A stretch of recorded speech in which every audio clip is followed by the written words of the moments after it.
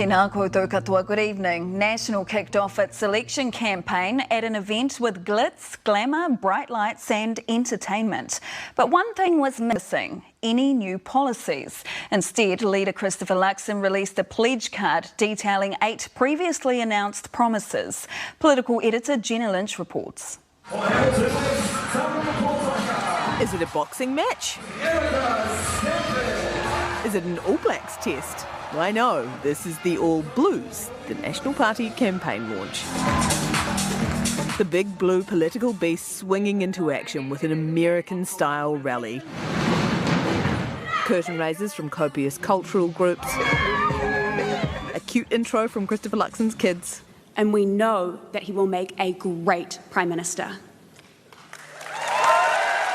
Welcoming the one this lot want to win.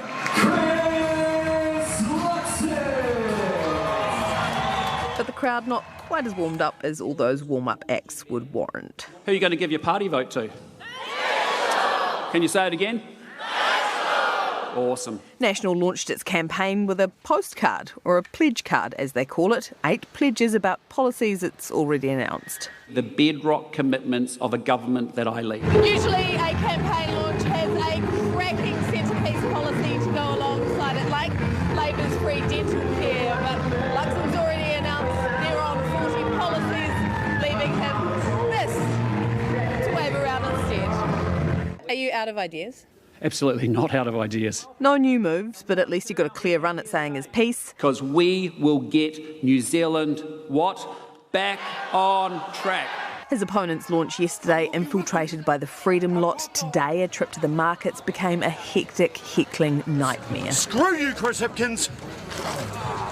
Treason! Treason! There were a lot out today. Brian Tamaki and his so-called Freedom followers moved on the Nats launch, though didn't manage to breach the building. Is your plan to disrupt basically every political event? Well, it's fun. No, I've got no time for that at all. Nah, not disrupting democracy. I'm bringing democracy back again. I just think that they're a nuisance for every New Zealander. These two want a drag race. Look beyond the smoke and mirrors and you'll see that most New Zealanders will end up worse off, and the country as a whole will end up worse off under National's plans. National can take 41 days of attacks, but this country can't take 3 more years of the same old politics and the same failed policies. There is too much at stake. Waving goodbye to campaigns of kindness, this is a bare-knuckle fight. Only one of them can win. Jenna, both major parties had their launches this weekend. Was there much of a difference in the vibe of each event? You could definitely feel the money in the room at the national launch today. Not an expense spared. Lights, cameras, movies, action.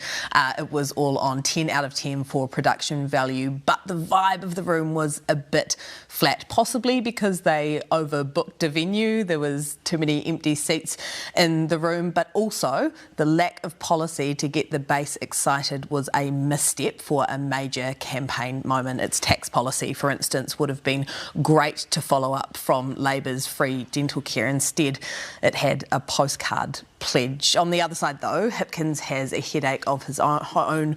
Watching him out at the markets today, he's a bit awkward with the public. He struggles with small talk. He can rally his base. The base are always going to back him. He needs the punters out in the public to win. Right, thank you very much. That is political editor Jenna Lynch. Thank you.